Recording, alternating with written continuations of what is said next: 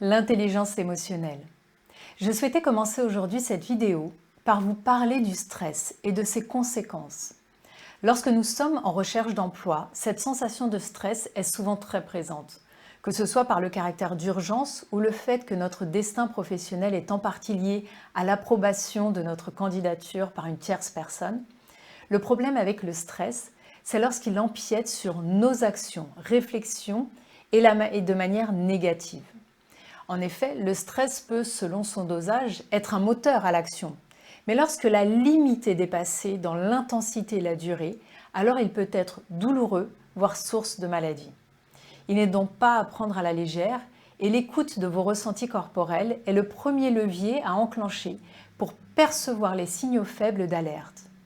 Il faut savoir que l'être humain, contrairement aux animaux, peut être stressé uniquement par ses pensées. En effet, imaginez une biche dans la savane qui broute de l'herbe. Tout son système physiologique est au calme. Mais subitement, elle aperçoit un prédateur et se met à courir. Le stress généré par cette situation lui permet de ne pas analyser trop longtemps la situation avant de s'enfuir. C'est automatique et ça peut lui sauver la vie. Une fois hors de portée du prédateur, elle reprend son activité et broute à nouveau. Et elle revient à un état de calme. Elle n'entre pas dans un schéma de rumination, comme pourrions-nous le faire, du type « Ah, il était gros.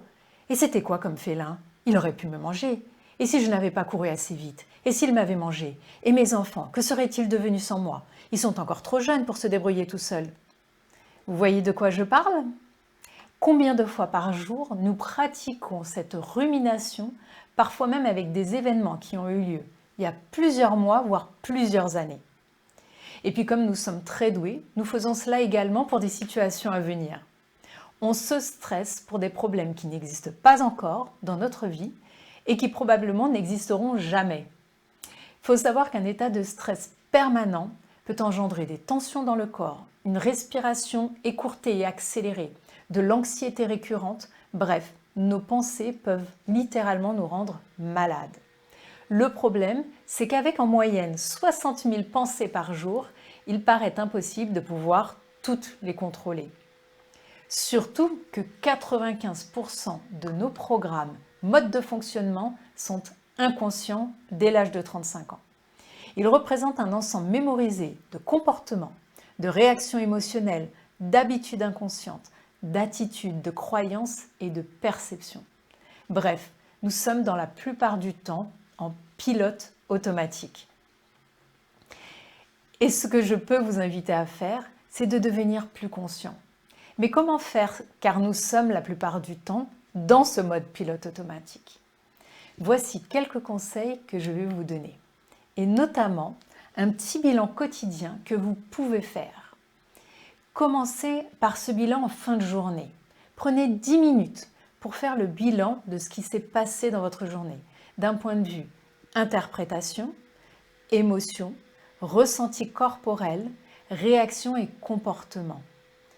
Plus vous ferez ça quotidiennement, plus ça deviendra plus automatique au moment même où cela se produira, où un événement avec un fort impact émotionnel se produira, vous aurez cette prise de conscience et vous arriverez à faire ce pas en arrière qui vous permet de sortir de ce pilote automatique.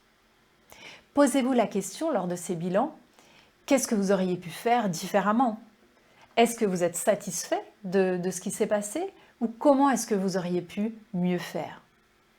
Plus vous allez le pratiquer, plus vous allez gagner en conscience lorsque les situations interviendront. Vous pourrez ainsi peut-être les modifier et modifier notamment l'interprétation d'une situation de manière à avoir une réaction plus adaptée.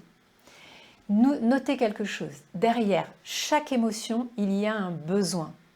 Lorsque ce besoin n'est pas honoré, alors nous ressentons une émotion plutôt désagréable, voire douloureuse. Avant de réagir, prenez le temps de vous demander de quoi vous avez besoin. Lorsque nous sommes en colère, par exemple, c'est souvent le besoin d'exprimer les choses, d'être entendu, de libérer de l'énergie, de résoudre une injustice, d'obtenir gain de cause.